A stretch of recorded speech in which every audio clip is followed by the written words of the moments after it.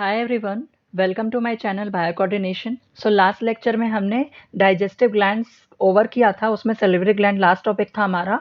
इस लेक्चर में हम फिजियोलॉजी ऑफ डाइजेशन के बारे में बात करेंगे। इसमें हम बात करेंगे कि हमारे माउथ से लेके एनस तक कहाँ कहाँ फूड से हमारे कार्बोहाइड्रेट कहाँ डाइजेस्ट होता है, प्रोटीन कहाँ डाइजेस्ट होता है और फैट्स कहाँ डाइजेस्ट होता है, बाकी जो केमिकल न्यूट्रिएंट्स भर जाते हैं, इलेक्ट्रोलाइट्स होते हैं, वाटर होते हैं, कहाँ डाइजेस्ट होता है, कैसे डाइजेस्ट होता है, ये सब हम बात करने वाले हैं इसमें। तो मैंने इसको ना 2 पार्ट में किया, ये पार्ट 1 है और नेक्स्ट हमारा इसके बाद आएगा पार्ट 2। ठीक है, so let's begin with our topic.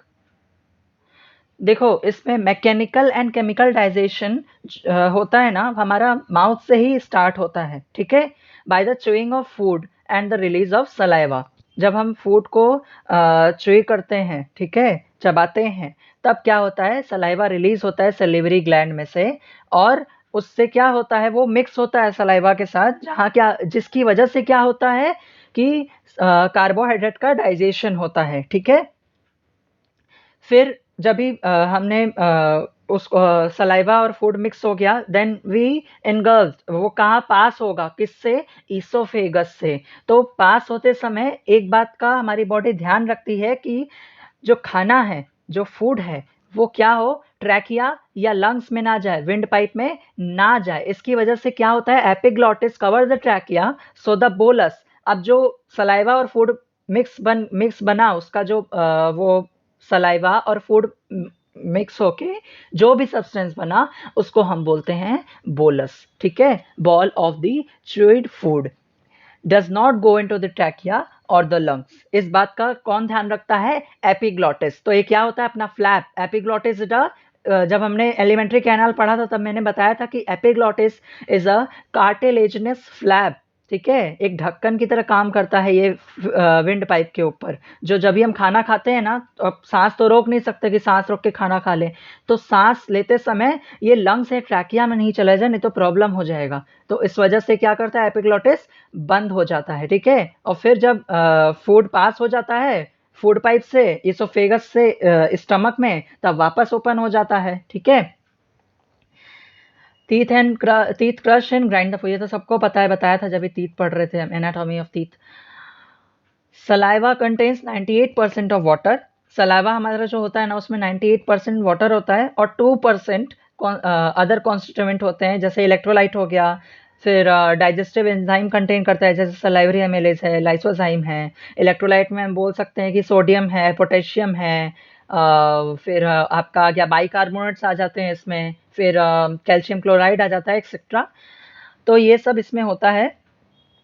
Then chemical digestion जो होता है ना माउथ में, वो किससे होता है, सलाइवरी अमाइलेज, जो क्या करता है, स्टार्च को माल्टोज में कन्वर्ट करता है। देखो इधर, स्टार्च को ये क्या कर रहा है, स्टार्च क्या है, पॉलीसेक्राइड, और ये डाइसेक्राइड में कन्वर्ट हो रहा है। मैंने क्या बताया था कि डाइजेशन हमेशा क्या करता है, डाइजेशन में हमेशा complex substance simple and soluble substance में कन्वर्ट हो जाता है, जिसको बॉडी इजीली एब्जॉर्ब कर सके और यूज कर सके। ठीक है, तो स्टार्च क्या, स्टार्च कन्वर्ट होता है सलाइवरी अमाइलेज एंजाइम की हेल्प से माल्टोज में, पॉलीसेक्राइड डाइसेक्राइड में कन्वर्ट होता है सलाइवरी अमाइलेज की हेल्प से। इसका पीएच 6.8 है। अब यहाँ तो सलाइवरी अमाइलेज का काम खत्म हो गया। अब दूसरा एंजाइम, दो एंजाइम कंटेन करता है, बताया था मैंने।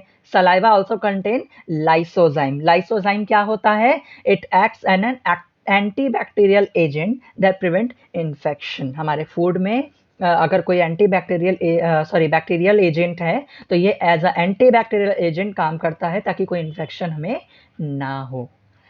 फिर बोलस बताया, ball of the chewed food further passes down. अब वो आगे जाएगा, कहाँ जाएगा, इसोफेगस से होते हुए स्टमक में। तो वो कैसे पास होगा, उस मूवमेंट को क्या बोलते हैं, तो मैंने बताया था एलिमेंट्री कैनाल पढ़ाते समय कि bolus further passes down through the oesophagus by peristalsis movement.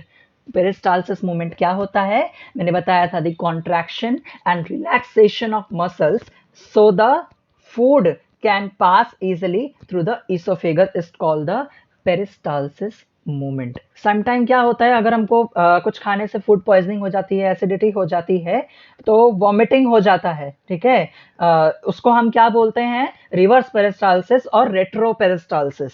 ठीक है, नेक्स्ट इज ये, अब जो हमारा बोलस है वो क्या हो गया, स्टमक में आ गया। अब जब जो स्टमक है ना, वो फूड को 4 to 5 आवर्स तक स्टोर करता है। मतलब स्टोर करता है मतलब उसका डाइजेशन कंप्लीट करने में वो स्टमक क्या लगाता है, 4 to 5 आवर्स लगाता है। The physical digestion happens by churning of food. अब जो बोलस है उसका भी चर्निंग होता है, उसका भी क्या बोलता है, भरता बनता है अंदर, और वो क्या होता है, एक लिक्विड के फॉर्म में हो जाता है ना। एक क्या होता है, वो लिक्विड के फॉर्म में हो जाता है। The churning movements of its muscular wall, उसके जो मस्कुलर वॉल है उसकी हेल्प से जो चर्निंग होती है, फिर जो वो प्रोडक्ट बनता है उसको बोलते हैं हम काइम। लिक्विड प्रोडक्ट बनता है उसको बोलते हैं हम काइम, ताकि वो इजिली पास हो सके स्टमक से इंटेस्टाइन में थ्रू द डुओडेनम। ठीक है, फर्स्ट पार्ट है ना डुओडेनम इंटेस्टाइन का। ओके, वो बाद में देखेंगे। म्यूकोसा लेयर क्या करता है, stomach has a gastric gland.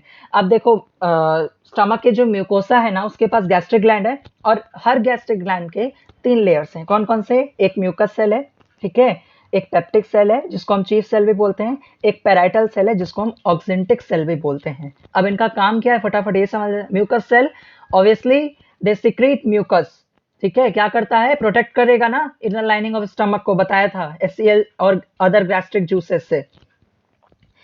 तो mucus secrete mucus. Peptic cell क्या सिक्रेट करता है, प्रो एंजाइम पेप्सिनोजिन। हाँ, पेप्सिनोजिन ना इनएक्टिव एंजाइम है जो आगे जाके पेप्सिन में कन्वर्ट होगा। ठीक है, पेप्सिनोजिन का कोई यूज नहीं है जब तक वो पेप्सिन में कन्वर्ट नहीं होता। Parietal cell secrete HCl and intrinsic factor. HCl तो सबको पता है, पेराइटल सेल HCl सिक्रीट करता है। और इंट्रिंसिक फैक्टर क्या होता है, इंट्रिंसिक फैक्टर एक प्रोटीन होता है जो इंटेस्टाइन को हेल्प करता है विटामिन B12 एब्जॉर्ब करने में। ठीक है, विटामिन B12 एब्जॉर्ब करने में इंट्रिंसिक फैक्टर हेल्प करता है इंटेस्टाइन को। कुछ ड्रग भी आते हैं। अब ये सवाल उठ रहा होगा कि मतलब अगर इंटेंसिव फैक्टर नहीं है तो क्या B12 एब्जॉर्ब नहीं करेगा, करेगा, बट स्मॉल अमाउंट में। कैसे करेगा कि it is done by passive diffusion. ठीक है, कुछ ड्रग होते हैं जैसे ग्लूकाफेज, या उसको एंटीसिड भी बोलते हैं, या मेटफॉर्मिन भी बोल सकते हैं उसको, कॉमनली उसको मेटफॉर्मिन बोला जाता है। They can impair absorption of B12 without intrinsic factor, but in small amount. ठीक है, उसके जैसा काम नहीं करेगा, लेकिन टेम्पररी, मतलब स्मॉल अमाउंट के लिए ठीक है वो। ठीक है, नेक्स्ट पॉइंट क्या है कि in infants stomach also secretes rennin. अब रेनिन का क्या है और इन्फेंट्स में ही क्यों होता है, देखो इन्फेंट्स में इसलिए होता है कि इन्फेंट्स क्या करते हैं, दिन भर क्या करते हैं, वो मिल्क ही कंज्यूम करते हैं। ठीक है, रेनिन का एक और नाम है काइमोसिन। ठीक है, तो इसका नाम क्या, सॉरी, इसका रोल क्या है डाइजेशन में, the role is to digestion is to curdle और coagulate milk in the stomach. क्या करता है, कोएगुलेशन ऑफ मिल्क में का रोल निभाता है ये। ठीक है, कोएगुलेट करता है, क्यों, क्योंकि वो लोग क्या करते हैं, सिर्फ दिन भर मिल्क पीते हैं, तो उसको डाइजेस्ट या उसको कुछ तो करना, मतलब कोएगुलेट करने के लिए तो कोई तो चाहिए ना, कोएगुलेट होगा उसके बाद डाइजेस्ट होगा लैक्टेज एंजाइम के वजह द्वारा।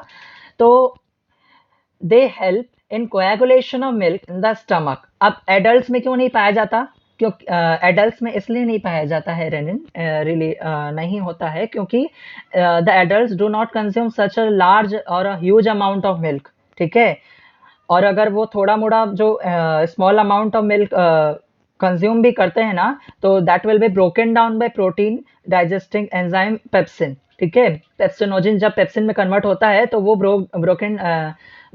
मतलब वो डाइजेस्ट कर लेता है। ठीक है, पेप्सिन डाइजेस्ट कर लेता है, पेप्सिन ब्रोक कर देता है उस प्रोटीन को, मिल्क प्रोटीन को। अब यहाँ रेनिन ना प्रोनाउंसिएशन एक ही है, बट कई लोग कंफ्यूज हो जाते हैं। देखो RENIN, ये रेनिन अलग होता है। RENNIN जो स्क्रीन पे दिख रहा है यहाँ पे PPT में, ये अलग होता है।